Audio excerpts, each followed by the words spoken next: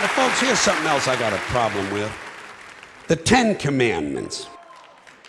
Here's my problem. Why are there 10? You don't need 10. I think the list of commandments was deliberately and artificially inflated to get it up to 10. It's a padded list. Here's what they did. About 5,000 years ago, a bunch of religious and political hustlers got together to try to figure out how to control people, how to keep them in line.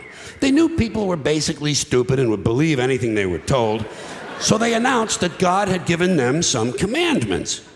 Up on a mountain, when no one was around, God had given them the 10 Commandments.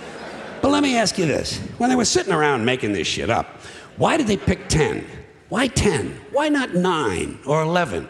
I'll tell you why. Because 10 sounds official. 10 sounds important. They knew if it was 11, people wouldn't take it seriously. Say, what, are you kidding me? The 11 Commandments? Get the fuck out of here. But 10 sounds important. 10 is the basis for the decimal system. It's a decade. It's a psychologically satisfying number. The top 10, the 10 most wanted, the 10 best dressed. So having 10 commandments was really a marketing decision. And to me, it's clearly a bullshit list. It's a political document artificially inflated to sell better. I'm going to show you how you could reduce the number of commandments and come up with a list that's a little more workable and logical. We're going to start with the first 3, and I'll use the Roman Catholic version because those are the ones I was taught as a little boy. I am the Lord thy God. Thou shalt not have strange gods before me.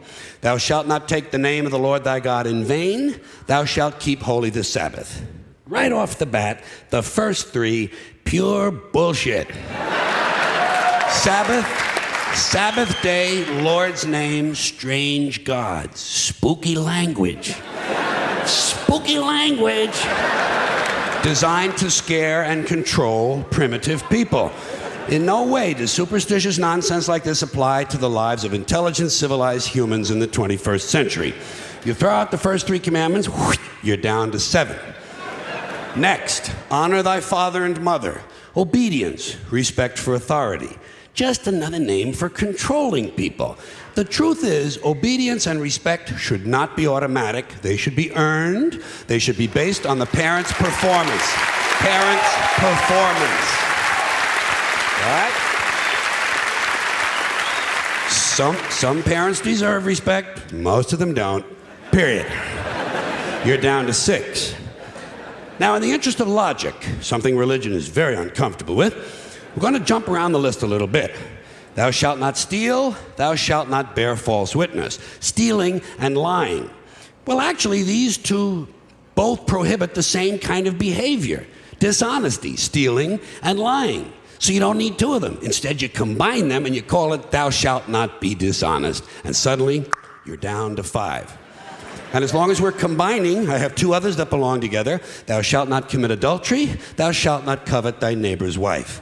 Once again, these 2 prohibit the same kind of behavior. In this case, marital infidelity. The difference is coveting takes place in the mind, and I don't think you should outlaw fantasizing about someone else's wife. Otherwise, what's a guy going to think about when he's waxing his carrot? But marital fidelity is a good idea, so we're going to keep the idea and call this one, thou shalt not be unfaithful. And suddenly, we're down to 4.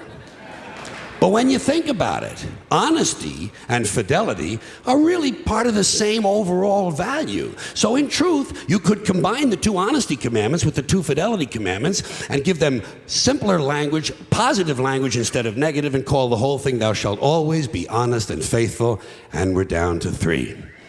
Thou shalt, they're going away fast. Thou shalt not covet thy neighbor's goods. This one is just plain fucking stupid. Coveting your neighbor's goods is what keeps the economy going. Am I right? Your neighbor gets a vibrator that plays "Oh Come All Ye Faithful." You want to get one too. Coveting creates jobs. Leave it alone. You throw out coveting and you're down to 2 now, the big honesty and fidelity commandment, and the one we haven't talked about yet, thou shalt not kill, murder, the 5th commandment. But when you think about it, when you think about it, religion has never really had a big problem with murder. Not really. More people have been killed in the name of God than for any other reason. All you have to do... Sure. Yeah. Uh-huh. All you have to do is look at Northern Ireland, the Middle East, Kashmir, the Inquisition, the Crusades, and the World Trade Center to see how seriously the religious folks take thou shalt not kill. The more devout they are, the more they see murder as being negotiable. It's negotiable. You know? It depends. It depends. It depends on who's doing the killing and who's getting killed. So, with all of this in mind, I leave you with my revised list of the 2 commandments. Thou shalt always be honest and faithful to the provider of thy nookie. And thou shalt try real hard not to kill anyone, unless, of course, they pray to a different invisible man from the one you pray to. 2 is all you need. Moses could have carried him down the hill in his fucking pocket. And if they had a list like that, I wouldn't mind those folks in Alabama putting it up on the courthouse wall. As long as they included one additional commandment, thou shalt keep thy religion to thyself.